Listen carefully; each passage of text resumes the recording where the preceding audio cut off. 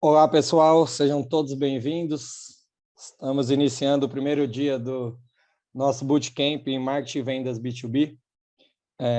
Me chamo Leonardo Estiva, sou coordenador de marketing aqui na Outmarketing. A Outmarketing, para quem não conhece, é uma agência de marketing focada no mercado de tecnologia. Então, a gente só atende empresas que são, de fato, de tecnologia. A gente entrega soluções como inbound marketing, inbound recruiting, ABM, CRM, uma série de soluções ali, focado sempre em alavancar o negócio das empresas de tecnologia. Hoje a gente está iniciando o nosso Bootcamp. A ideia é a gente trazer 5 dias, né, para você conseguir se aprofundar os seus conhecimentos, né, com quem realmente entende do assunto. Então, trouxemos 5 especialistas ali em determinados assuntos, falando um pouquinho do dia de hoje, né, do dia 2, e o nosso dia 1 do Bootcamp ali, falando sobre Growth Hacking. Então, é a cultura da experimentação. Amanhã teremos CRM, como vender baseado em dados. Na quarta-feira, falando de ABM, do conceito à prática. Depois falaremos sobre inbound marketing para empresas de TI. E na sexta-feira, social selling B2B, quatro passos para você vender no LinkedIn. E aí teremos especialistas hoje, por exemplo, teremos o Ricardo Françoso, que é Head de Vendas lá na Growth Hackers. Teremos amanhã Otávio Garbi, que é Head de Vendas também na Plumes. Depois, Eduardo Correia, da Sharp Spring, Camila Nunes, da RD Station, e o Felipe Matheus, que é especialista ali no LinkedIn. Eu vou acompanhar com vocês nesses 5 dias ali de conteúdo, fazendo a mediação, né? O famoso host ali com todo esse pessoal. E vamos lá, vou chamar o Ricardo já também para se apresentar e falar um pouquinho do que ele vai trazer hoje relacionado à growth e à cultura da experimentação. E, primeiramente, agradecer, Ricardo, a sua presença e topar compartilhar tanto conteúdo com a gente, que já viu o conteúdo que você preparou ali, tá bem bacana, é um tema que está super em alta, né? E a gente sabe que growth é um tema que já não é uma tendência mais, né? Uma realidade há um bom tempo, e por isso que a gente quis trazer esse tema para o pessoal que está acompanhando com a gente e levar conteúdo para o mercado em si de tecnologia, que é um dos objetivos até da Outmarketing. E eu agradeço novamente sua participação e topar compartilhar com a gente. Legal, Léo. Obrigado pelo convite mais uma vez, seu, da Ju e do time da Outmarketing. É um prazer estar aqui hoje falando com vocês sobre uma pauta que para mim já é muito comum, né? É do dia a dia, mas que para o mercado brasileiro ele vem ganhando tendência, vem se discutindo cada vez mais sobre isso, vem se criando mais eventos sobre. E a nossa ideia é tentar desmistificar um pouquinho o conceito de growth hacking, entender ele muito mais do que como uma metodologia, mas sim como cultura, e tentar sair daqui com pelo menos um passo a passo, simplificar o como que seria implementar isso dentro das empresas. Então, espero que eu possa atender as expectativas desse pessoal que veio para homenagear o evento. Show demais, Ricardo. Se quiser já ir compartilhando a tela ali para a gente já partir para o conteúdo. E aí, só um último recadinho para o pessoal ali. Como eu já reforcei, teremos os 5 dias. Será um prazerzaço ter todos vocês com a gente todos esses dias. É uma semana que a gente preparou com muito carinho ali, é um objetivo da Outmarketing em si, levar esse conteúdo para o mercado. Então, os 5 temas, os 5 convidados, as 5 empresas parceiras foram pensados ali, de fato, com muito carinho mesmo, para a gente conseguir levar o máximo de conhecimento para vocês também, de todos esses assuntos que a gente vai trazer nessa semana. Lembrando que, em caso de dúvidas, a gente tem o Q&A, tem o chat aqui também. A Júlia e a Carol Martins vão estar acompanhando aqui com a gente no chat. Então, fiquem à vontade para enviar dúvidas. No final, a gente vai disponibilizar para o Ricardo responder todas essas dúvidas. E é isso. Acho que Agora é contigo, Ricardo, uma boa apresentação ali. Show de bola, Léo. Então, vamos lá, pessoal. De novo, um prazer estar aqui falando com vocês e trazer um pouco dessa temática que acho que pode ajudar bastante as empresas que, no desafio que o mercado hoje ele impõe, buscam crescer de uma maneira mais sustentável, né? Então, dentro desse processo, me apresentando um pouquinho, meu nome é Ricardo Françoso, hoje eu sou Head de Vendas aqui na Growth Hackers. A Growth Hackers é uma empresa americana fundada pelo Chanelis, que tem uma atuação tanto na parte de educação, com uma série de eventos, uma comunidade gratuita onde a gente discute muito sobre Growth por lá, universidade com uma série de cursos, e também uma ferramenta que ajuda esses times a implementar ou a melhorar as ações de Growth no seu dia a dia. Eu já estou aqui desde 2014, então trabalho, né, desses 8 anos praticamente com empresas em processo de inovação, com estratégias digitais, muito focado em inside sales, e hoje com o desafio de poder fomentar a growth e ajudar essas empresas a crescerem, né? Um desafio aí tão grande que é crescer de forma sustentável, escalável, né, disruptiva no mercado que a gente atua. E como a temática prevê, né, a ideia da gente falar hoje sobre growth é mais do que uma metodologia, uma ferramenta, é a gente enxergar growth primeiramente como cultura. E cultura a gente está atrelado a princípios, a valores e coisas que a gente aplica no dia a dia, né? Growth ele é processo, e dentro de processo ele está muito atrelado com o conceito de inovação. Inovação é a gente poder fazer algo novo ou mesmo algo que já exista e melhorar, né? Fazer mais rápido, fazer melhor, fazer até mais barato. E growth e inovação eles estão muito conectados porque ambos estão atrelados ao conceito de tentativa e erro. Então, a cultura de growth é você poder absorver dentro da sua empresa um ambiente onde as pessoas estejam convidadas a testar, sugerirem hipóteses que podem impactar no crescimento. Agora, sabe que um teste, uma hipótese, a gente não tem a garantia do resultado final. E por isso que a ideia de cultura, além de metodologia, ela vai ser importante porque a gente vai ter que conviver com o erro. E esse erro vai ser, o somatório dele, atrelado à experiência que a gente tem no dia a dia, é chegar mais próximo da taxa de sucesso. Então, sugerimos uma hipótese, testamos ela, erramos, o que a gente pode refazer sobre ela, melhorar ela, até que a gente possa encontrar esse sucesso. Cada erro acaba sendo uma etapa mais próxima da gente atingir o sucesso de fato de uma determinada situação. Dentro desse conceito, a gente tem hoje uma série de empresas, e aqui a gente pode até imaginar que, poxa, o Ricardo está trazendo exemplos aí de big players, né, de empresas muito grandes, mas é que talvez o que tornou elas tão competitivas e tão discrepantes dentro do mercado foi o próprio conceito e a cultura que foi criada para que eles pudessem crescer de uma maneira orgânica, de uma maneira sustentável, de uma maneira constante. Então, o que a gente vê em comum entre essas grandes empresas, os grandes players de mercado, é que eles possuem uma cultura de experimentação, aonde a experimentação, você fazer muitos testes, significa que você está entendendo o que funciona ou não de maneira mais rápida.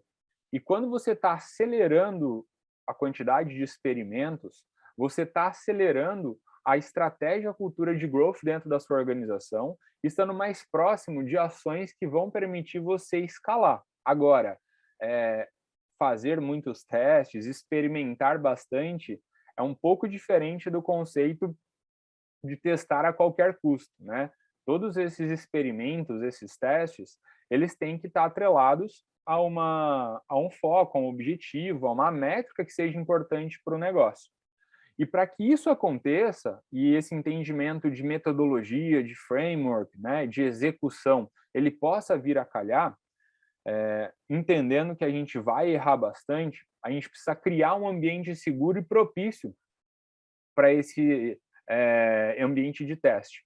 E aí eu vou convidar duas pessoas que muito provavelmente vocês já ouviram falar sobre, estudam sobre elas, né? Primeira delas, Jeff Bezos, founder da Amazon, né? Não mais como CEO, deixou o cargo, mas ainda, né, muito influente dentro de todo o processo do crescimento da Amazon.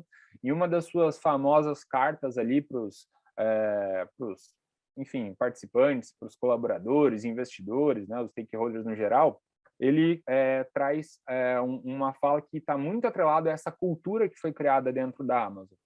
Que o sucesso na Amazon ela é função de quantos experimentos eles fazem por ano, por mês, por semana, até por dia. E ele traz um ponto que muitas empresas, quando falam sobre growth, elas gostam da ideia sobre vou testar até acertar, mas acaba tendo um pouco de repulsa ao erro, né? E ele traz o seguinte, que para inovar, você vai ter que experimentar. Agora, se você já sabe com antecedência esse resultado, se ele vai funcionar ou não, né? Você não está experimentando. Se você sabe que aquilo lá vai funcionar, você não está experimentando algo, você não está inovando, você está implementando, né? Um experimento, você não sabe qual que é o resultado final, você tem uma hipótese. E a maioria das grandes organizações, elas abraçam a ideia da invenção, elas entendem esse conceito de, poxa, vou experimentar, mas ela não está disposta a sofrer a série de experimentos que vão fracassar, e é a maioria, né, que vão dar errado, e elas não abraçam, não compram esse ônus, né, que é necessário para chegar dentro desse processo total de inovação. E uma outra figura que fala muito sobre isso é o Mark Zuckerberg, do Facebook, e dentro de uma entrevista que ele teve no podcast do Master of Scales, ele traz um pouco da rotina de como que essa ideia de experimentação acontece dentro do Facebook.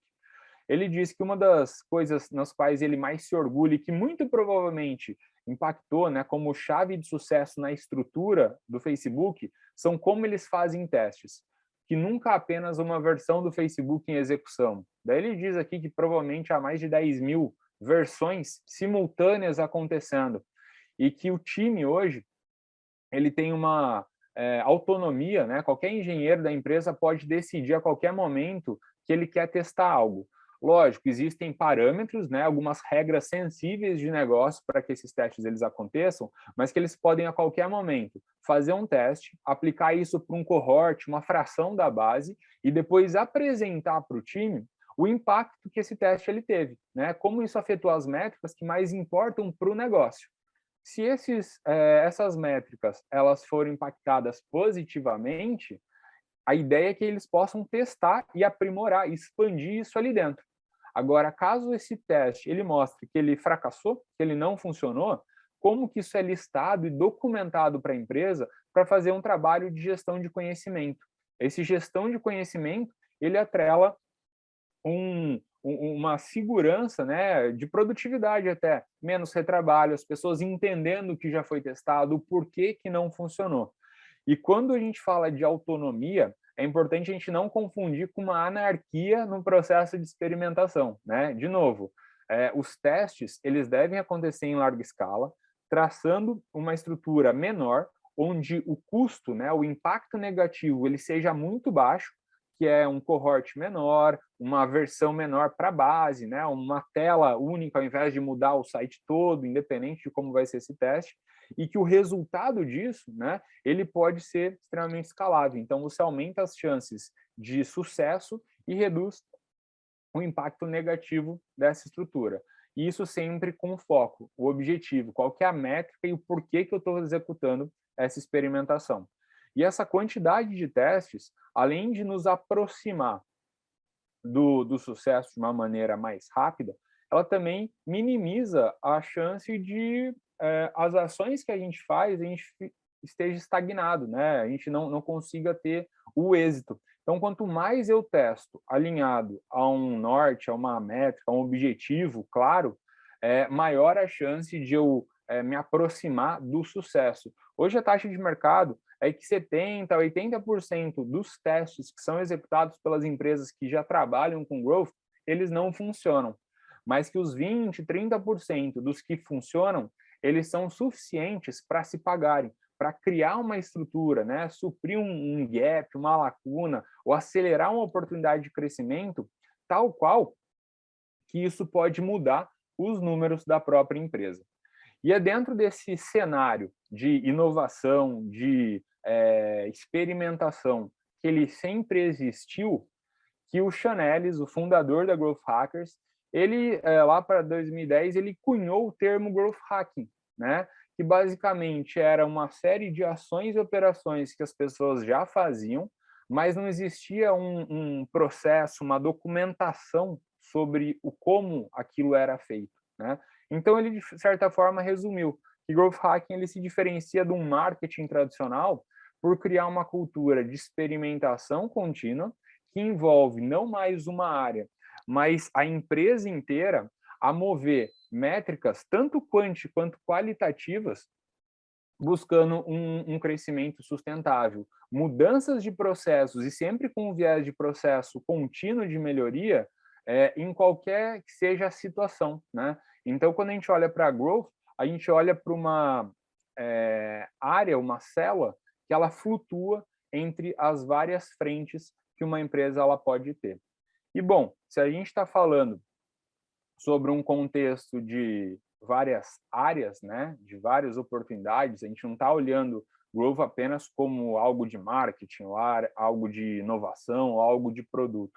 A gente está implementando isso para que a empresa ela possa bater os seus números, né? A empresa ela possa crescer. Então, o que a gente percebe nas empresas mais tradicionais são que a formação delas ainda está dentro de um conceito de área-ilha, né? As áreas elas estão de certa forma isoladas, elas até podem fazer as reuniões de SLA, né? Então, de repasse, é muito comum quando a gente olha para marketing e vendas, até aproveitando a temática do bootcamp, e definir aquela reunião de marketing, né? Ou vendarketing, abrasileirando um pouquinho mais, como o pessoal costuma dizer, aonde eu defino critérios para uma passagem do lead para a venda. O growth ele vai muito além disso.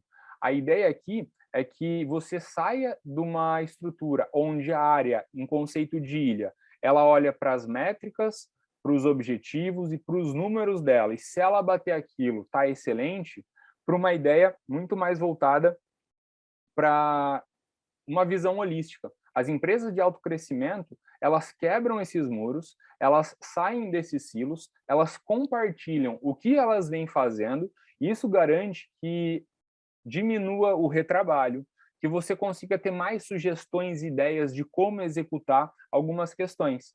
Então, o convite aqui é que a gente possa quebrar os muros que as áreas normalmente têm, né? Aquele clubismo. Poxa, eu sou aqui do marketing, eu sou de produto, eu sou do financeiro, enfim, eu sou de uma área específica e eu estou preocupado em como eu vou entregar os meus números no final do quarter e entrar para uma visão de empresa, de organização.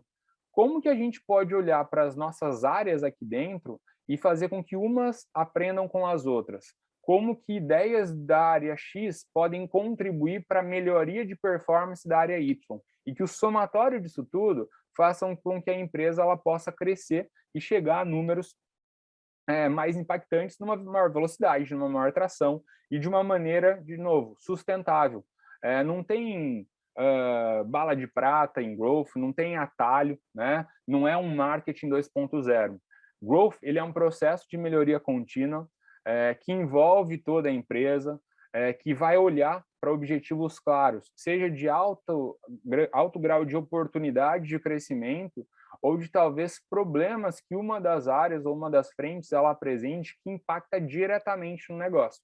E a partir desse foco, dessa definição, é que esse processo contínuo ele é desenvolvido. E se eu estou dizendo aqui que a gente precisa quebrar os muros e construir as pontes entre os times, significa, então, que growth ele não é uma ação, uma estratégia, né? Não só como cultura, mas também como execução de um trabalho individual, né? De ser o lobo solitário dentro do negócio, de ser um desbravador. Ele é necessariamente um esporte coletivo.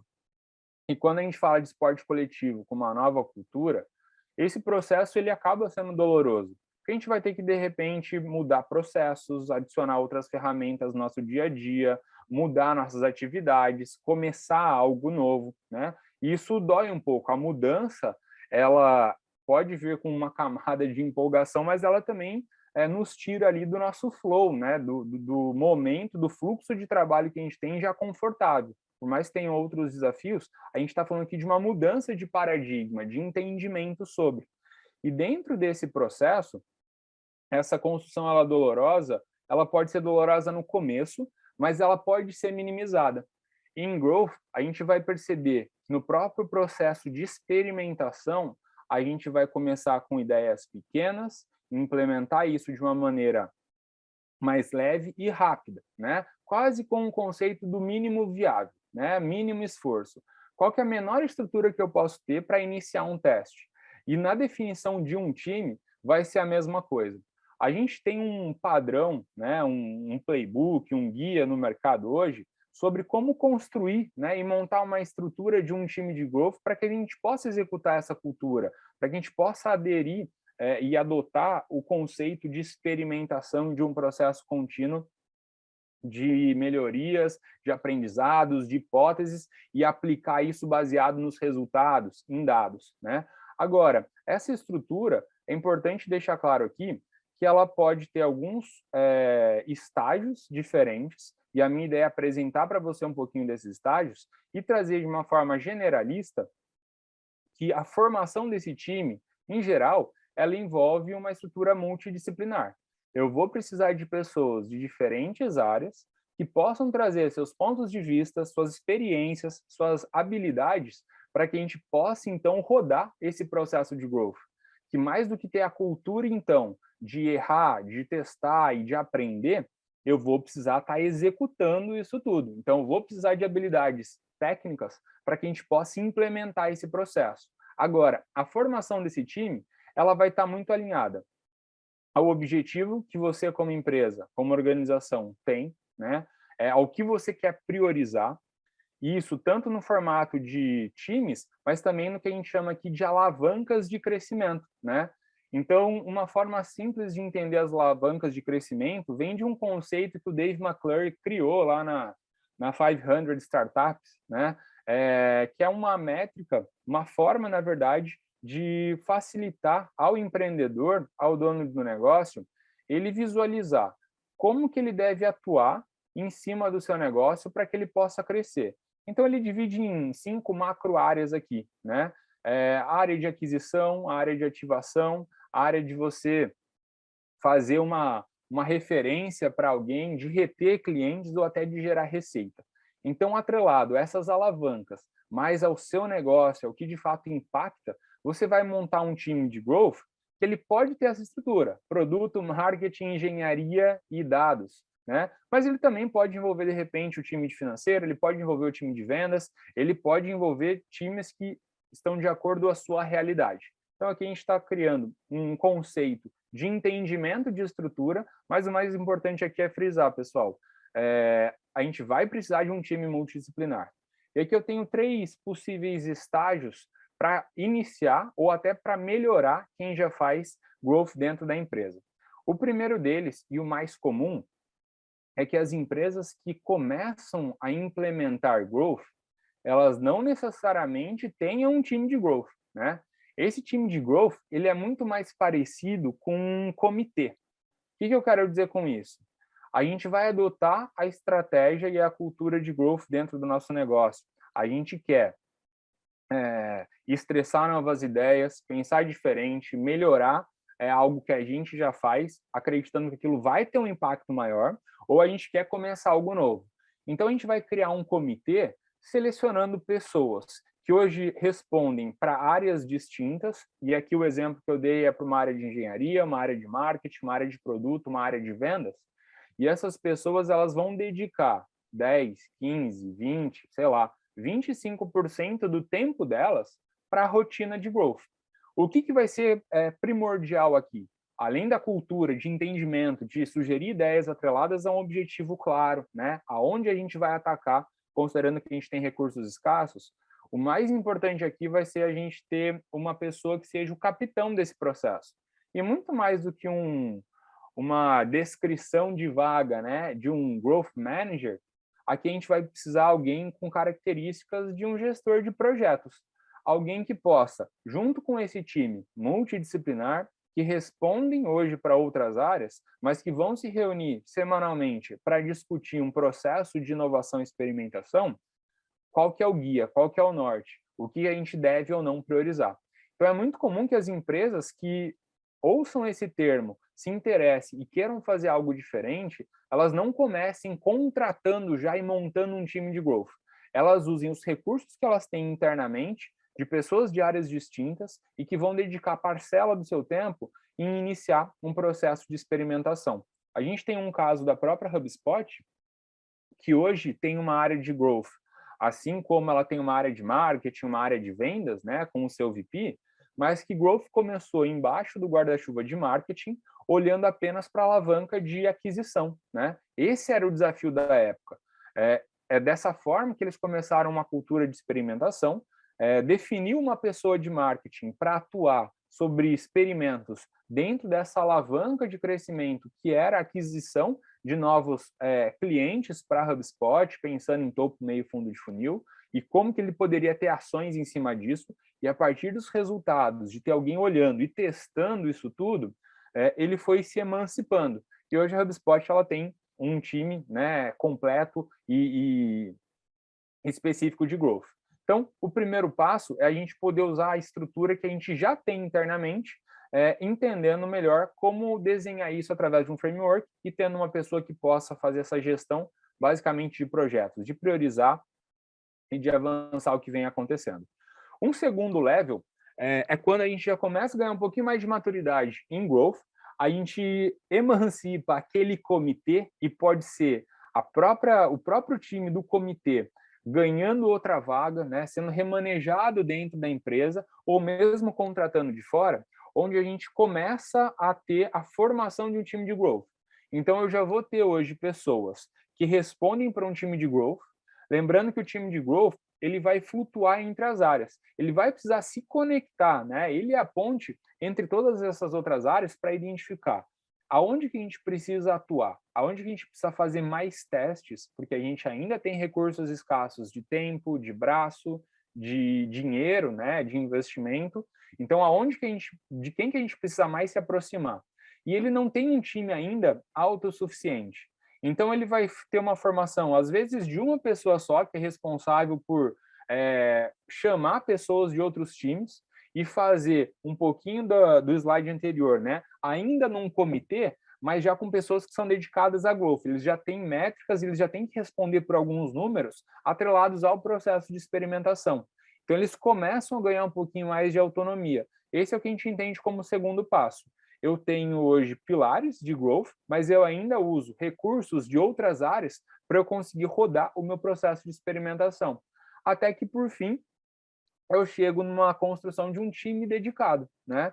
Aqui eu estou falando de empresas que elas já entendem e já rodam um processo de growth, elas têm as suas áreas onde elas rodam a aplicação, né, as atividades, as tarefas diárias e rotineiras, e eu vou ter uma área que é um par do VP de marketing, do VP de vendas, do VP de tecnologia, né, do CTO, que ela responde pelo processo de inovação dentro da empresa. Então, ela já tem todos os recursos, que também são multidisciplinares, mas que eles respondem por todos os KPIs da área de growth. Então, aqui eu tenho uma emancipação completa, um time extremamente dedicado. Hoje, são poucas as empresas que já estão com esse grau de maturidade no Brasil. A maioria das empresas, quando elas começam, elas vêm com um processo de comitê, e a maioria das empresas hoje, independente do tamanho, elas estão com uma ou algumas pessoas no time de growth, mas ainda dedicando parte do tempo das pessoas de outras áreas para conseguir rodar isso tudo. Então, esse é um grau quase que o último estágio, né? Onde a gente consegue ter esse time extremamente dedicado e olhando para o funil todo. Não significa que eles vão conseguir, em paralelo, né, rodar testes para todas as áreas e para todas as etapas, as alavancas que se tem dentro de uma empresa. Mas hoje eles já têm a autonomia de priorizar de acordo com o que é estruturado dentro da empresa, do negócio, e eles vão conseguir entregar, né, mais resultado. Eles já são autossuficientes, né? Eles respondem pelas melhorias significativas que as áreas elas possam ter. E o que é legal de entender sobre isso? A partir do momento que um processo, uma validação, né, uma ideia, ela é validada, um teste ele é validado, ele pode se transformar numa rotina, né? Então, a partir do momento que a gente já sabe que aquilo funciona, e aquilo vai funcionando e se mostra funcionar em larga escala, conforme a gente vai expandindo isso tudo, uma ação que iniciou com uma área de growth, de repente ela vira um playbook, uma rotina para aquela outra área que agora vai executar e implementar aquela experimentação que foi criada. Bom, time montado, pessoal, a gente vai trazer agora o conceito sobre como que é um processo de growth. Beleza, entendi que ele está atrelado à inovação, a experimentar, essa experimentação está atrelada a um objetivo, que é um esporte coletivo, eu preciso ter as pessoas interagindo ao longo desse processo. Eu vou formar um time, seja com um comitê, seja contratando uma pessoa, ou seja, já construindo um time específico para growth, mas como eu rodo isso tudo? Então, o processo de growth, ele vai ser muito parecido com algumas metodologias que a gente vê por aí, né? Com de Scrum, a gente vai rodar sprint, a gente se assemelha muito a metodologias ágeis, né? Dentro de um processo de experimentação, onde a gente costuma dizer que, primeiro, ele é um processo, não um projeto, né? É um projeto, ele começa, ele tem o desenvolvimento e ele acaba, ele é entregue. A parte final do projeto, quando a gente fala em processo, nada mais é do que um convite para que a gente possa agora se aprofundar, expandir e melhorar aquele teste que foi finalizado. Então, o fim, ele é só um convite para que a gente possa expandir, melhorar ainda mais o que já foi feito. E como processo, a gente tem, num primeiro momento, analisar o ambiente da nossa empresa, a partir dessa análise atrelada a dados, criar ideias da onde a gente precisa atacar, né? O que a gente precisa focar, dessas ideias, como que a gente pode priorizá-las, dessa priorização, iniciar os testes, desses testes, analisar o resultado desse teste e aí entender, poxa, não funcionou? Vamos fazer igual o Facebook. Vamos organizar isso, documentar, listar e deixar isso como gestão de conhecimento. Se ele funcionou, será que agora a gente consegue mostrar com dados para o nosso diretor, para o nosso CEO, enfim, para o nosso time, se a gente tiver mais recurso e expandir aquele teste que a gente fez, minimizando o risco, em uma versão super enxuta, se a gente expandir, a gente vai conseguir gerar efeitos e resultados ainda maiores para o negócio? Então, é a partir dessa análise que a gente vai idealizar outras questões e isso ser um processo contínuo de melhoria. Processo desenhado, como que isso na prática acontece? Então, eu proponho apresentar para vocês um mini setup, né? Mais do que growth, entrando para execução de growth hacking, ele começa basicamente uma definição da estratégia. E essa estratégia, ela vai estar atrelada a gente entender aonde a gente quer chegar e o que a gente precisa fazer. A gente linka aqui 3 principais esferas, são leves aí de cadência que a gente tem num nível hierárquico, né? O primeiro deles, que é o NSM. Se algum de vocês hoje já ouviu e estuda um pouquinho mais sobre growth, vocês já ouviram falar sobre a North Star Metric. Normalmente, ela está atrelada à visão do negócio e até por isso ela é definida pelo C-Level, pelos diretores, né? Aqui a gente não está falando muito de democracia, aqui é quase que uma imposição, né? A nossa North Star Metric, ela é essa, e ela está atrelada tanto à visão da empresa, então ela tem um período maior de tempo, mas também a representar o que melhor captura o valor de entrega para o cliente. Um exemplo de North Star Metric do Airbnb seria noites reservadas. Por quê? Acompanhar a North Star Metric como noites reservadas, ela representa que os anfitriões, as pessoas que têm quartos, imóveis, enfim, para alugar, elas estão conseguindo ter isso alugado dentro da ferramenta e que os clientes que estão buscando um lugar para ficar estão conseguindo encontrar essas oportunidades ali dentro. Isso resulta não só em receita para o Airbnb, mas também como percepção de marca, como experiência de usuário. Então, acaba sendo uma North Star Metric que ela é fácil de mostrar a importância dela e como que isso vai ser o primeiro passo de foco para quem vai executar growth. É a partir desse objetivo definido, bem estruturado, objetivo macro, que eu vou criar outros objetivos menores para eu manter o foco e impactar essa métrica que mais impacta no meu negócio.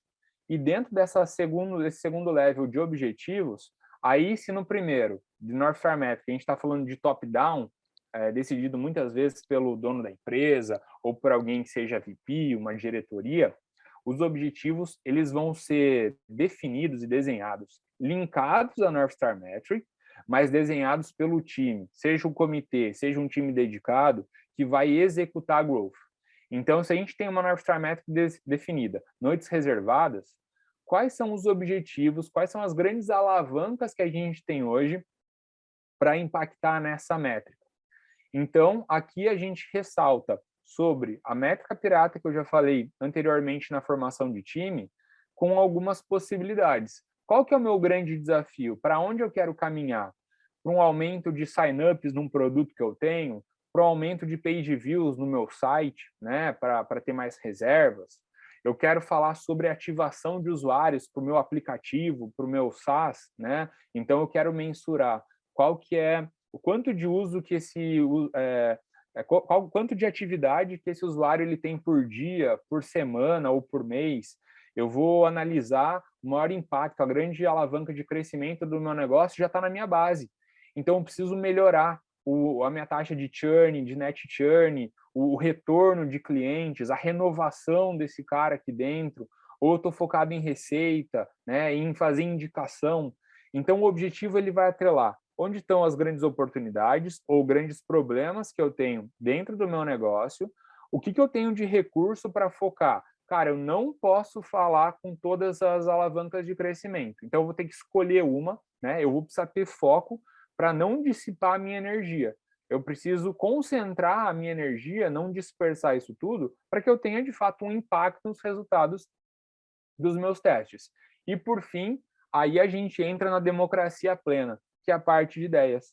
O level, nessa base da pirâmide, onde todas as pessoas, até mesmo as que não vão se envolver na rotina de growth, mas elas devem ser convidadas a sugerir pautas que estejam atreladas aos objetivos que a gente definiu, esses objetivos normalmente trimestrais, né? Então, dentro daqueles 3 meses, é onde a gente vai focar e investir o nosso tempo e energia. Então, essas ideias elas vão estar atreladas a esses objetivos naquele período de tempo.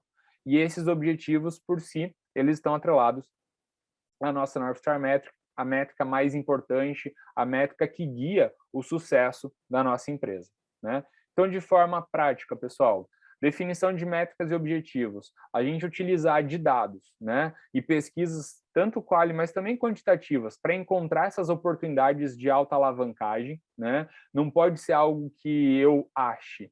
Acho que é legal a gente falar com vendas, acho que é legal a gente falar na alavanca de crescimento, não. Como que a gente analisa o que a gente tem e a gente define isso com um número claro. Como a gente cria o foco para que, já que a gente tem recursos escassos, a gente não desperdice energia, como que a gente define o foco macro da minha equipe? Se eu estou falando de aquisição, eu vou precisar falar não para boas ideias que, de repente, estejam atreladas à retenção, né? Então, a gente vai precisar minimizar os efeitos em outras tantas situações boas, ideias que sejam legais, para focar onde, de fato, a gente acredita que cause o maior impacto dentro do processo. E quais são as áreas que mais podem impactar essa North Star Metric, tanto para execução de testes, mas também para a formação do time. Então, um time de growth, ele, inclusive, com o foco que eu vou definir, ele pode mudar, né? Se eu estou orientado a um processo de adquirir novos clientes, é fundamental que eu tenha o time de vendas participando mais ativamente desse processo. Se, de repente, eu estou resolvendo um problema que seja de retenção de quem já é cliente, é importante também ter o time de vendas, mas mais importante que o time comercial, é importante que eu tenha o time de sucesso do cliente como composição clara dentro dessa minha formação. Bom, métricas e objetivos desenhados, a gente então começa a sugerir ideias. Então, o que é importante da gente construir aqui? Um backlog dessas ideias. Que a gente possa, se é um ambiente mais democrático, facilitar através de um formulário, né, de uma planilha, enfim. Acho que o Google Forms acaba sendo uma ferramenta que a maioria das pessoas utiliza e nem considera como ferramenta, um Typeform também, onde você possa criar um padrão de ideias e as pessoas elas se sintam à vontade, entendendo qual que é a North Star Metric, né? Qual que é a métrica que mais representa o sucesso do negócio, atrelado ao objetivo, o ponto focal, que naquele momento a gente precisa ter maior impacto, seja de crescimento, seja de resolução de problema, as pessoas elas possam gerar novas ideias e que essas ideias elas fiquem em um ambiente para que o time de execução ele possa navegar sobre essas ideias e entender o que vai ser rodado naquela semana.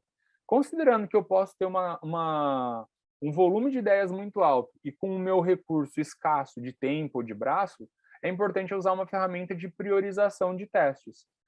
A metodologia de growth, né, o próprio Chan, no livro dele, ele traz uma ferramenta que ela é muito simples, chamada ICE Score.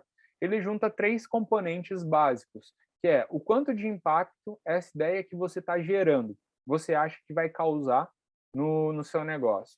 Quão confiante você está de que ela vai funcionar? E qual que é a facilidade de implementar essa ideia, envolvendo os outros times, envolvendo toda a execução que ela necessita e ela demanda. Então, a partir de uma média, pontuando essas ideias, você consegue, de repente, fazer uma priorização que é o seguinte, eu estou sem tempo, então a gente vai priorizar as ideias que a facilidade de implementação ela é maior. Ou não, eu estou num começo de quarter, eu tenho um quarter inteiro pela frente, eu quero mensurar as ideias que a média tem maior nota, né? Então, maior impacto, maior confiança e maior facilidade. Então, você vai usar critérios dentro desses 3 componentes para você tomar uma decisão e poder focar em testes que o seu recurso, a sua banda, né, de pessoas e de time tenha condição de rodar. Testes priorizados, a gente vai para as reuniões de growth. E aqui se assemelha muito a uma sprint. É importante que isso tenha constância. Normalmente os times eles fazem essas reuniões de forma semanal, né? Tem alguns times que também executam isso de forma quinzenal, mas o mais comum é que sejam reuniões semanais, com o comitê ou com o time específico de growth, onde aqui nesse momento a gente já vai entender a execução de tudo que está acontecendo. Então o que é legal da gente iniciar esse processo? Primeiro, comentando sobre os resultados do que a gente tem até o momento, né? O que deu certo, o que não deu certo. Então, analisar as ideias que já estão prontas para serem analisadas e entender quão próximo da meta que a gente tem para o mês, para o quarter, para o ano, a gente está. Isso alinhado, a gente vai fazer um ping nas pessoas, né, e nas ideias que estão em processo de teste. Um período de teste de uma ideia, principalmente inicial, ele pode estar ali de 10 a 15 dias, né? Lógico, tem ideias mais complexas, elas têm um intervalo de tempo maior, mas lembrando, aqui o nosso conceito é testar rápido, testar pequeno, ver se isso funciona, se não funcionar, aprender, se funcionar, a gente então alavancar ele, expandir. Então, 10 a 15 dias é um período legal, a gente vai acompanhar com o time. Está todo mundo alinhado, né? Vamos conseguir finalizar essas ideias em tempo hábil? Alguém está travado com alguma área, com alguma ferramenta, com alguma situação? E, por fim, discutir novas ideias e as ideias aprovadas. Como que a gente vai implementar isso tudo? E a partir desse filtro, né, das ideias que foram sugeridas pelo time, da priorização delas e do time que vai executar e entender que ela está dentro e alinhada com o objetivo e que a gente tem condição de executá-las, então a gente inicia os testes.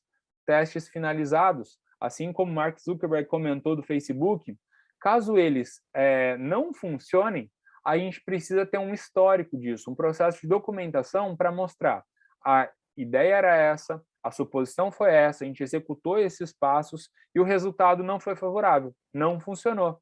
E ótimo, vamos entender que não funcionou e de repente perceber que ele não funcionou por uma série de critérios. E eu posso alterar essa ideia no futuro ou simplesmente deixá-la armazenada. Agora, caso ele tenha funcionado, a gente vai entender o que aconteceu, qual que foi o escopo, e através desses dados que mostram que essa ideia, essa hipótese, ela funcionou, ela acabou ajudando a impactar o resultado final, a gente vai ter isso documentado e apresentar, né? Seja num PPT, seja num card, enfim, na ferramenta que você estiver utilizando, mostrar para os diretores, para os leves da empresa, né? Mais acima, um nível maior de hierarquia, mostrar que aquilo funcionou, qual foi o impacto e por que, de repente, ele deve direcionar o esforço, né, para expandir aquela ideia, pensando num resultado mais rápido, maior, de melhor qualidade, mais sustentável para a empresa. Então, com isso, pessoal, a gente finaliza esse bate-papo para ver também se a gente consegue responder algumas das dúvidas que vocês podem ter tido durante esse processo, fazendo um resumo, né? E um convite para vocês a implementar Growth. Basicamente, são 6 dicas aí de resumo que eu trago. Entender Growth como cultura mais execução. A gente executar algo que a empresa não está comprando o ônus do erro, ele está fadado ao fracasso. Então, a gente precisa ter uma cultura das pessoas a entender que o processo de experimentação eu não sei o resultado final. O que eu consigo garantir é o esforço e o processo que eu vou ter de executar aquela ideia. Se ela funcionar, eu tenho altas chances de escalar o crescimento do meu negócio. Se ela falhar, ela tem minimamente a estrutura de prejuízo para o meu negócio e eu consigo arquivar, eu consigo documentar e trazer isso como um aprendizado. É importante você se aprofundar em dados, né? Growth, mais do que um framework, uma cultura, ele está atrelado ao não achismo. Então, como que a gente pode ter alguém de BI, usar as nossas ferramentas, usar os dados e eles direcionarem a nossa tomada de decisão, né? Ser o que se chama aí de data-driven. O sucesso é a soma dos erros com uma pitada extra de experiência. Então, a gente vai errar, e talvez a gente erre bastante, né? Se a gente seguir a média de mercado, a cada 10 tentativas que a gente tem, 7 vão dar errado. O ponto é, como que a gente vai pegando esses erros e aperfeiçoando isso tudo com uma experiência que a gente já passou, sabendo onde a gente pode melhorar até a gente chegar no sucesso. Então, a gente não pode parar, né? Fazer pequenos testes para então propor grandes mudanças. É muito mais fácil você manobrar uma lancha do que um transatlântico. Então, você já querer propor mudanças extremamente grandes, além da barreira e dificuldade, e até mesmo do potencial de erro, né, e prejudicar todo o negócio, ser muito alto, quando você faz pequenos testes, você minimiza isso tudo, você tem maior facilidade e flexibilidade para fazer as alterações e, a partir disso, você vai escalando, expandindo isso dentro da empresa. O fim de um teste, ele é apenas um convite para melhorá-lo. Por mais que ele tenha dado certo ou errado, você pode aprimorá-lo. Se ele deu certo, como que a gente pode acelerar ainda mais aquele resultado? Se ele deu errado, quais são os pontos de mudança, análise crítica em cima daquele teste, para que a gente possa torná-lo algo mais impactante. E, por fim, golfe é um esporte coletivo. Você vai precisar envolver o seu time. Sozinho não se faz golfe. Com isso, pessoal, eu deixo o meu muito obrigado pelo tempo e pela atenção de vocês hoje. Convido vocês a se conectarem comigo no LinkedIn e visitarem o site da Growth Hackers. Lá vocês vão encontrar muito conteúdo gratuito e também um pouquinho mais do que a gente vem fazendo para o mercado, né? Qualquer dúvida que vocês tenham, vocês podem entrar em contato comigo. É isso, obrigado. Show demais, Ricardo, que aula. Bastante feedback positivo aqui nos comentários, o pessoal engajando bastante.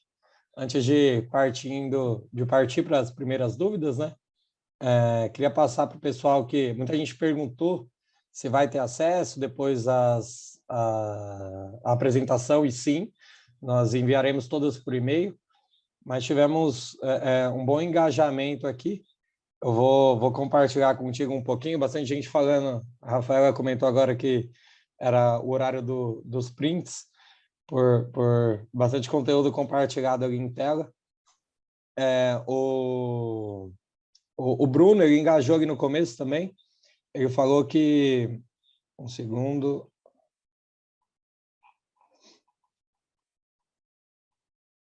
comentou sobre que ele percebe, né, que muitas vezes associam o growth somente à estratégia de marketing de atração e leads e oportunidades, quando na verdade você trouxe um conceito ali que envolve também, mas é justamente a ponte entre todos os departamentos e tudo mais. O Telmo, ele comentou também, Ricardo, que é muito importante que nas empresas todos estejam em sintonia, né, relativamente aos fatores de crescimento de growth. E aí eu puxo um gancho até para uma dúvida minha, que você comentou bastante sobre toda essa mudança, essa mudança de paradigma em si na empresa, e aí falou um pouco do time. E aí uma pergunta bem específica para você, quais ações em si a gente pode utilizar até para engajar o time no que diz respeito à cultura de growth? Legal. Acho que o primeiro entendimento é que growth ele vem para que a gente possa bater as nossas metas mais rápido, né, entregar melhor e fazer a empresa crescer. Então, por si só, esse entendimento ele já deve ter a ideia comprada por parte das pessoas. Eu sei que não é simples, né, e não é fácil, não é só com essa argumentação que a gente resolve.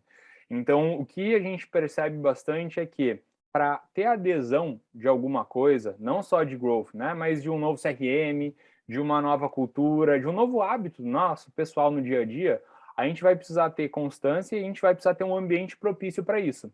Então, quanto mais a gente conseguir ter um ambiente centralizador, um processo muito claro e muito fácil de ser executado.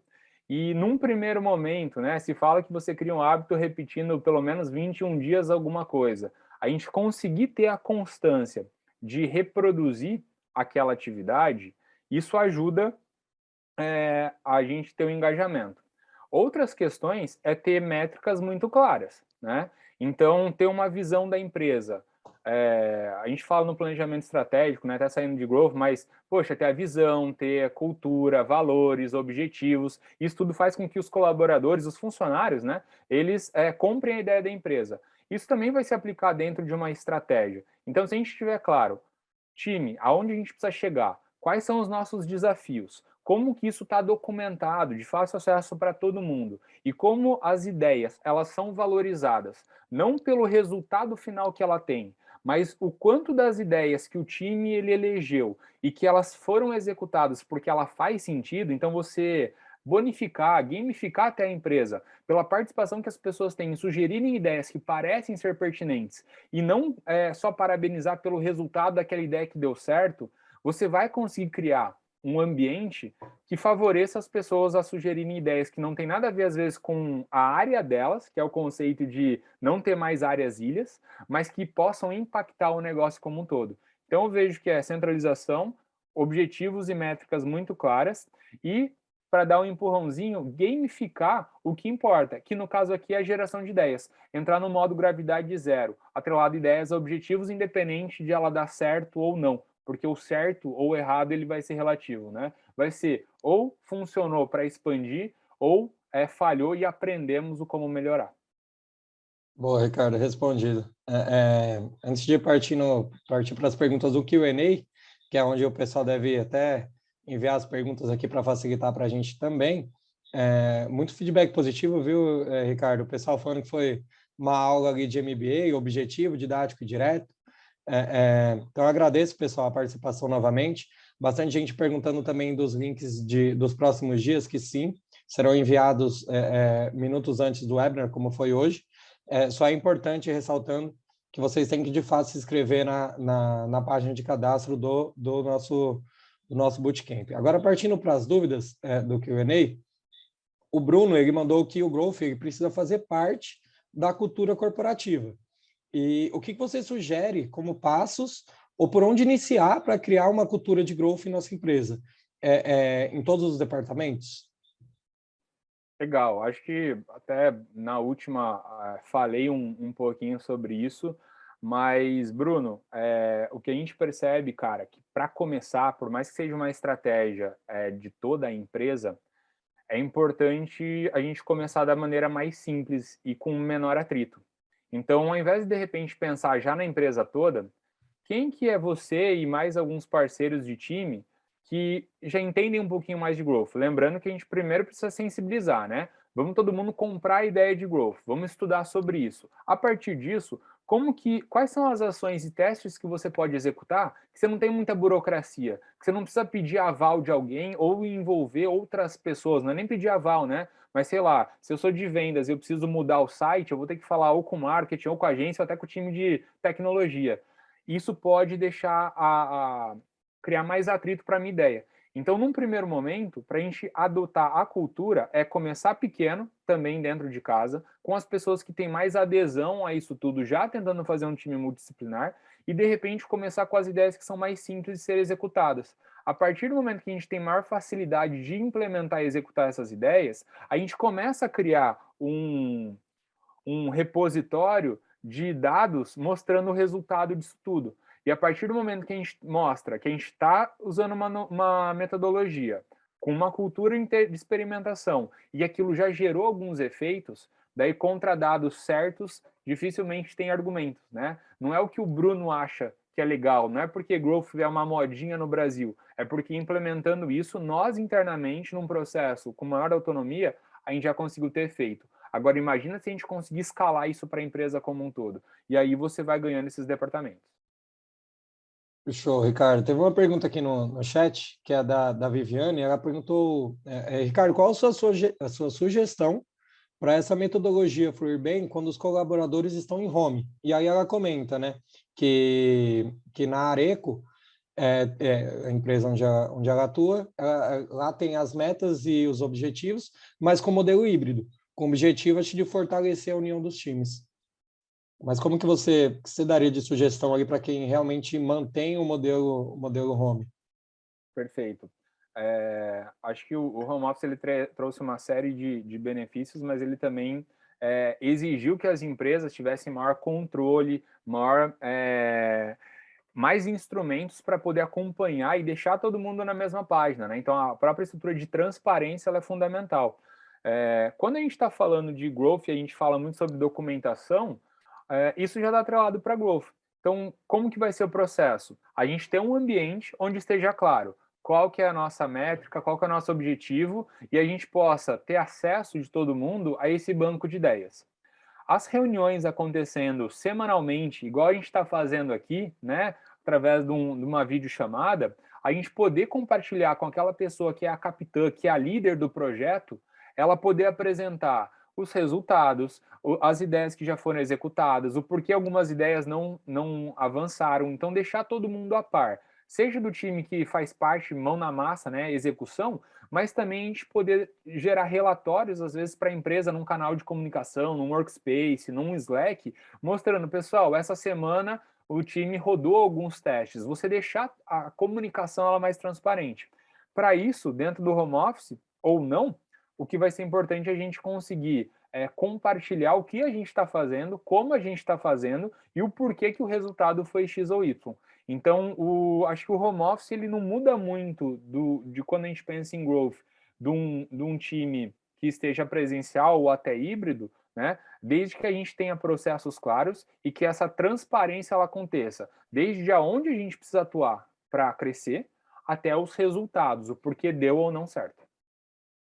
Muito bom. Partindo para mais dúvidas aqui no Q&A, bastante gente engajada.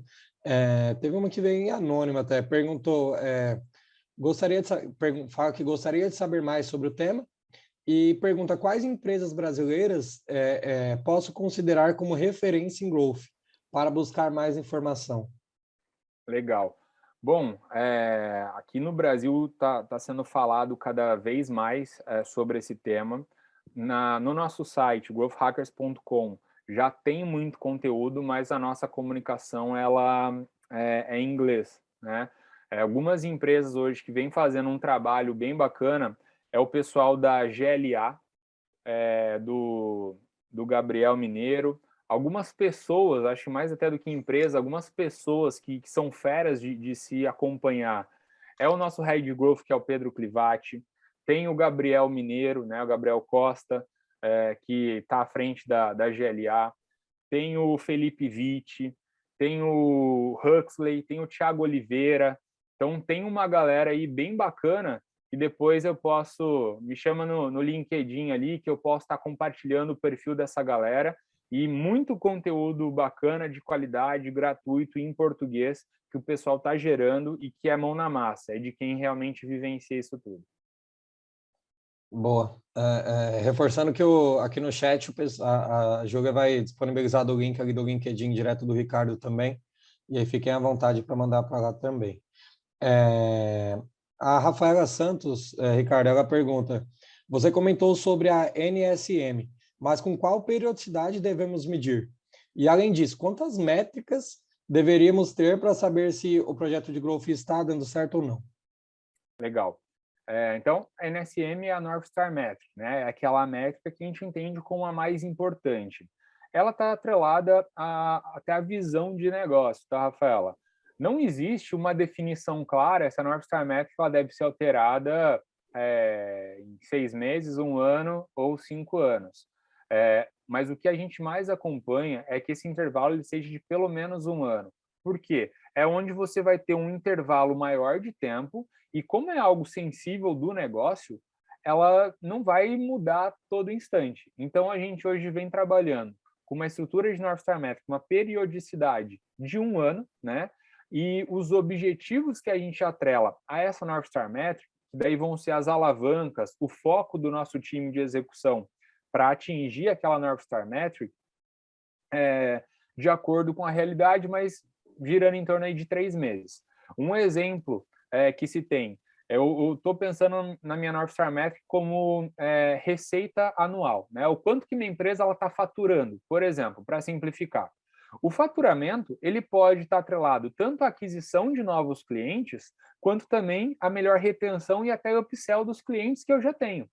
Então, se eu tenho recursos escassos, um objetivo, a minha North Star Metric, ela continua o faturamento por 1 ano, mas no primeiro quarter, a minha maior deficiência, de repente, está sendo trazer novos clientes. Então, eu não vou mexer com a minha base de clientes. O foco onde eu vou trazer o impacto, né, a minha alavanca de crescimento de aquisição, vai ser sobre estratégias e ideias que eu posso melhorar o meu processo de aquisição, de converter visitantes, enfim, oportunidades em novos clientes. Se isso eu conseguir atingir isso naquele quarter, eu posso mudar. De repente, agora eu resolvi o problema de adquirir novos clientes, eu não bati ainda a minha North Star Metric e eu tenho um problema a ser resolvido em retenção. Então, os objetivos eles podem mudar, mas eles vão estar sempre atrelados à North Star Metric e eles vão definir um pouquinho mais fácil a minha fotografia naquele momento. Aonde está a minha maior dificuldade ou aonde está o meu maior potencial de ganho. O que eu posso mudar do que eu estou fazendo e que pode melhorar. Então, a gente costuma colocar isso como trimestral. Deu 3 meses, eu obrigatoriamente tenho que mudar esse objetivo? Não. Se você não conseguiu bater nesse objetivo, né, talvez ele tenha que se manter um pouquinho mais de tempo lá, testando de formas diferentes, tendo pontos de vista diferentes. Aí vai ser importante a gente documentar. Sobre a questão de quantas métricas, a North Star Metric, ela é uma métrica só. Ela é a métrica que de fato mais importa. Agora, nos objetivos, você pode estar aí acompanhando 1, 2, até 3 métricas distintas que elas dão suporte para mostrar que aquele objetivo de trazer novos clientes, ele funcionou.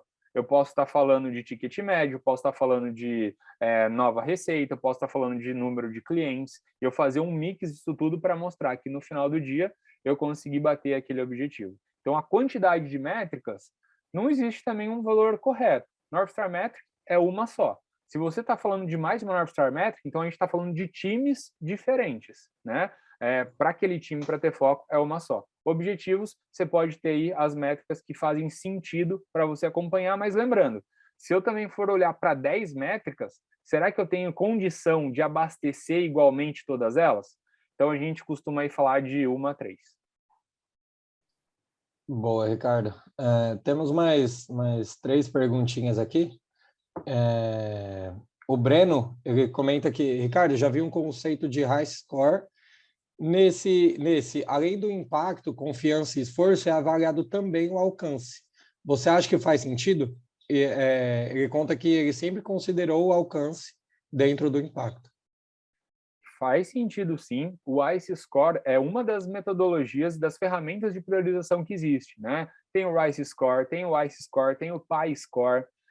Tem gente que cria a sua própria metodologia, porque o ponto aqui existem várias ferramentas. Como que você adapta essa ferramenta ao seu modelo de negócio e à sua operação, né? Então, hoje tem algumas ferramentas que elas vão te permitir direcionar e até acelerar um pouquinho mais, ganhar mais tração antes de estar inventando, de repente, a roda.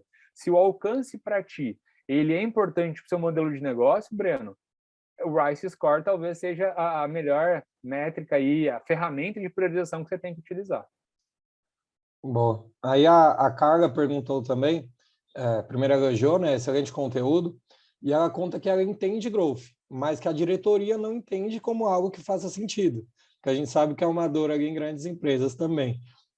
Eles acham que é perder tempo. Então, aí a pergunta, como posso, de forma simples, explicar e gerar o interesse deles em growth?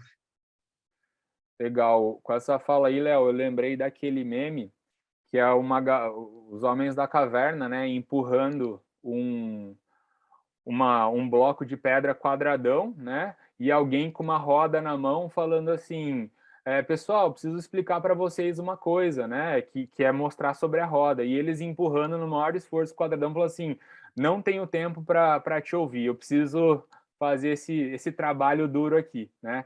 Então, Carla, eu super te entendo, e é o que eu tentei falar no começo, tudo que é novo, ele traz uma certa dor de implementar, de aderir. As empresas elas chegam com bons resultados e elas têm bons resultados sem fazer growth. O ponto é que elas podem acelerar ainda mais esse crescimento, né? Growth por si só, ele é uma estratégia que ele visa o crescimento sustentável mais rápido, com menor risco e para que você ganhe velocidade dentro do modelo atual. Acho que, primeiro de tudo, antes de executar, é trabalhar como cultura, né? Então, dentro dessa cultura, é mostrar quais são as empresas que, de repente, do segmento que você está, que hoje elas já estão fazendo growth. Será que tem empresas referências? No nosso site, a gente tem uma seção que chama Growth Studies. Tem empresas de diversos segmentos e detalhando como que elas implementaram os resultados que elas tiveram. Então, acho que, primeiro de tudo, é um trabalho de convencimento. Segundo, as pessoas elas têm mais apego à dor e à perda do que a um ganho. Então, como que está o seu mercado hoje? O quão saturado, o quão concorrido ele está? Se a gente continuar fazendo as mesmas coisas que a gente faz hoje, né? Não ter uma pitada de inovação, de experimentação, não atrelar mais os dados para orientar a nossa estratégia de tomada de decisão, o que pode acontecer, né? Qual que é a previsão do seu mercado? Então, trazer um pouquinho dessa estrutura. E por terceiro, eu acho que você entendendo já como growth, como você comentou, fazer o que eu comentei, acho, nas primeiras perguntas ali. Como que você já consegue executar e implementar esse processo de uma forma mais simples? Com ideias que são mais simples de implementar, que não demandam tanto de uma permissão ou até mesmo de outras áreas, né? Um processo muito burocrático. Como você consegue centralizar isso tudo, documentar isso tudo, convidar pessoas de outras áreas que sejam mais adeptas à inovação, né? Estejam mais atreladas a esse tipo de coisa. E aí entra alguns conteúdos como esse que a gente teve hoje para de repente você compartilhar com essas pessoas, né, que você está identificando como maior potencial de formar esse seu time, esse comitê, né, informal de growth dentro do seu negócio e com base na sensibilização, na cultura e no potencial de perda que a sua diretoria ela pode ter somado com um processo que já está mostrando resultado sem você pedir permissão para ninguém, pode ficar mais simples de você implementar uma estratégia de growth, né? E aí a gente também entra para sensibilizar e ajudar nisso tudo. Bom, muito bom, Ricardo. Partindo para as últimas perguntas, mas antes disso, puxando um gancho aqui do que a Carla trouxe no chat, ela comentou que a semana começou com excelente conteúdo, né, e não perde os próximos dias por nada. Parabeniza a equipe e por trazer temas interessantes. Aí, só puxando o gancho antes das últimas duas perguntinhas que a gente tem aqui, é só de fato reforçar que serão 5 dias de conteúdo. A gente estruturou mais 4 temas interessantíssimos, como foi esse. Amanhã a gente fala de CRM, fala um pouquinho de dados ali, puxando um pouquinho para vendas. Então, como vender baseado em dados, que é um tema muito interessante também. A gente vai falar de ABM, que é um tema que foi muito pedido. A gente fez algumas enquetes ali também e muita gente trouxe esse tema, principalmente por ser muito atual, a gente falar do tratamento com contas nomeadas e tudo mais, é uma estratégia que a gente oferece também, e a gente vai falar na quarta-feira. E na quinta, desmistificando o inbound marketing, empresas de TI, então vai ser bem específico também. E a gente finaliza com o social selling B2B, falando um pouquinho mais, aprofundando ali no LinkedIn. Então, de novo, caso não tenha alguém aqui que não tenha inscrito no material, inscrito na nossa página, se inscreve lá para não perder nenhum dos outros dias. E aí, partindo para o fechamento aqui, Ricardo, com as últimas duas perguntas, o Agostinho, ele conta que ele é analista comercial na área de ecossistemas, e a pergunta dele está relacionada a tentativa e erro. Através da análise das métricas, elaboração das estratégias e ainda levando em consideração que erros demandam algum custo, você diria que a melhor forma de minimizar esses custos seria realizar pequenos experimentos? Assim, o que for dando certo possa ser potencializado de forma mais assertiva. Agostinho, é exatamente isso, cara. Acho que você resumiu o que eu gastei aí de 40 minutos para compartilhar com vocês. Growth, ele é um processo de inovação no qual eu não sei o resultado final, se vai dar certo, porque se eu soubesse, eu não estaria experimentando, eu estaria implementando, vai existir essa diferença. E a nossa ideia aqui é minimizar o erro, e, aliás, o erro não, minimizar o custo e maximizar o ganho. Então, para minimizar o custo, o que, que eu faço? Ao invés de eu mudar a comunicação para uma base toda, eu vou mudar essa comunicação para, sei lá, 1% da base. Poxa, esse 1% reagiu bem, como que agora eu vou mandar essa mesma comunicação alterada para 5%, 10%? Reagiu bem? 50%. E então eu vou tomando uma decisão de ampliar. Growth é testar pequeno, testar rápido. Então, em vez de eu mudar o site, eu mudo uma landing page. Em vez de eu mudar uma funcionalidade toda, né, eu vou mudar um pop-up. Então, você testa pequeno. Se der errado, cara, você já ajeita, volta ao que já era antes, ninguém quase vai ficar sabendo, e você nem precisa avisar sobre as tentativas que são frustradas para o resto do time. Apresenta para a diretoria o que funcionou. Até porque se eles não tiverem com a cultura de growth, essa quantidade de erros que é natural do mercado, ela vai jogar contra vocês. Agora, quando a coisa acertar, quando vocês vão adaptando e mudando isso tudo, ganhando escala, passo a passo, aí você vai conseguir trazer um case bacana para dentro do negócio. E a última questão, Ricardo, para a gente não passar muito do tempo aqui, a gente destinou esse momento final aqui justamente para as perguntas, mas o David ele perguntou se você consegue dar algum exemplo prático de uma sprint que você já participou. Legal. Bom, David, a sprint em si, normalmente, como ela acontece? A primeira, a gente não vai analisar nenhuma ideia, porque vai ser um momento onde a gente vai estar sugerindo pautas, né? Acho que o que é importante, as sprints, elas costumam ter aí de 30 minutos a 1 hora, vai depender um pouco da maturidade, do tamanho do time, de quantas ideias, inclusive, eu tenho capacidade de executar. Então, tem uma série de variáveis aí. E a forma como a gente costuma iniciar essa sprint, primeiro, né, deixar uma data sempre fixada, sei lá, segunda-feira, tal hora, porque é o começo da semana. Então, a gente vai analisar o que rodou na semana anterior. Então, eu começo sempre pelo final. Ó, essas ideias, elas deram ali os 10, 15 dias de teste. Qual que foi o resultado delas? E lembrando, tá?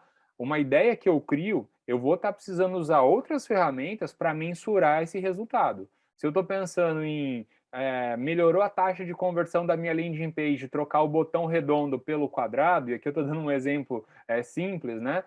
Mas qual que é a ferramenta hoje que eu utilizo para acompanhar fazer esse teste AB? É um Google Optimize? É uma própria ferramenta de landing page? Então, eu puxar os dados disso e apresentar, ó, a mudança deu certo ou não. Então eu começo sempre pelas ideias que foram finalizadas. A partir disso, a gente discorre, ó, funcionou, então vamos deixar lá guardado aqui que a gente vai pensar como a gente melhora e expande isso dentro do negócio, igual o Agostinho comentou na pergunta dele, Ou se ela não funcionou, então vamos fazer aqui um resumo de por que ela não funcionou, quais os números que ela alcançou e que a gente vai deixar uma nota. Ó, vamos manter o que a gente já fazia no passado porque ela não atingiu um número satisfatório. Depois, as ideias que estão em processo de execução, vamos dizer que uma ideia está no colo do Léo. Eu vou perguntar, Léo, essa ideia é que você é o responsável, não necessariamente que ele vai estar executando tudo. Talvez o Léo, como responsável, ele tem que fazer a ponte com o time de tecnologia ou com algum outro parceiro. Léo, você está tendo algum problema? Você vai precisar de alguma ajuda do nosso time aqui dentro? A gente vai conseguir ter os resultados até a data esperada? Então, é fazer um touch point, fazer aquele acompanhamento para saber se aquela ideia está prosseguindo bem. Por fim, analisar as ideias que foram sugeridas e que a gente vai fazer quase que um filtro duplo sobre quem sugeriu, usando a ferramenta de priorização. Ela está de acordo? O que a gente tem de clássico aqui é quem não é da tecnologia falar assim, mas é muito simples de implementar essa ideia, é só alterar um botão. Aí vem os times de tecnologia para a gente falar assim, cara, você sabe o que eu tenho que fazer para mudar um botão? Né? Eu tenho que mudar o back, eu tenho que mudar o front, eu vou precisar do UI, eu vou precisar de um monte de coisa. Então a gente ter esse duplo check para falar assim, ó, a facilidade de implementar, a confiança, isso está atrelado ao objetivo. Então a gente faz um crivo, analisa essa ideia, vê se a gente tem recursos, né, para conseguir rodar novas ideias ao longo daquela semana, porque se a gente também já tiver atolado, ela vai ficar reservada, vai ficar em stand-by e a gente volta a falar sobre ela na próxima semana. Então do final para o começo. O que a gente avaliou, se deu certo ou não, se alguém precisa de alguma ajuda para continuar o processo de execução e as novas ideias, o que a gente trava, o que a gente segura e o que a gente aprova e já distribui no time. Lembrando, né? Precisa ter um responsável, né? Se não tiver um responsável, essa ideia não vai avançar e ter métricas claras. Aonde eu quero chegar, qual que é o tempo que eu vou rodar e qual que é o desfecho final que eu espero disso. Boa, Ricardo. Tivemos até mais uma pergunta aqui no chat, mas como a gente já tinha destinado esses 20 minutos até para não manter o horário do evento, Fábio, eu salvei sua pergunta e a gente te responde por e-mail, tudo bem? Mas está anotado aqui de qualquer forma, justamente só para a gente cumprir a agenda prevista do evento. E, pessoal, fica o meu convite, antes de finalizar aqui, continuem com a gente nos próximos 4 dias, conecte com o Ricardo no LinkedIn, pode me conectar também, siga a Out Marketing e a Growth Hackers também. Eu vou deixar uma última recomendação aqui também, Ricardo, de um livro que você até chegou a comentar do nome do responsável aqui dos criadores. Então, acho que a cultura começa realmente por todos os colaboradores, a gente engajar o time e o conteúdo e o conhecimento em si é uma premissa para isso também. Queria agradecer novamente, Ricardo, a sua participação, agradecer você topar, compartilhar tanto conteúdo muito rico, foi realmente uma aula ali. Então, ficam meus agradecimentos aqui também em nome de todo o time da Outmarketing e agradecer também, antes de finalizar, a todo o time da Outmarketing que está por trás do evento, Júlia, Luciane, Vitor, o pessoal do comercial também. Então, não vou nem citar o nome de todos para não correr o risco de esquecer algum, mas todos, direto ou indiretamente, fizeram com que o evento acontecesse. E é isso, Ricardo. Agradeço. Se tiver alguma consideração final ali também para passar para o pessoal, para a gente já finalizar. Agradecer o tempo, o convite, foi bacana demais, até nem deu para responder todas as perguntas, mas me manda ali para a gente responder o pessoal por e-mail, qualquer outra dúvida, pessoal, estou também no LinkedIn, agradecer todo o tempo e a paciência de vocês para essa conversa e já convidar que amanhã tem um papo com o Otávio, né, falando sobre CRM aqui, o cara que é fora da curva sobre vendas e vai agregar bastante. Então, só reforçando aí a mensagem que me passaram aqui no chat para acompanhar amanhã também. Valeu, pessoal. Uma boa semana. Boa. Valeu, Ricardo. Obrigado, pessoal. Até amanhã. Tchau, tchau.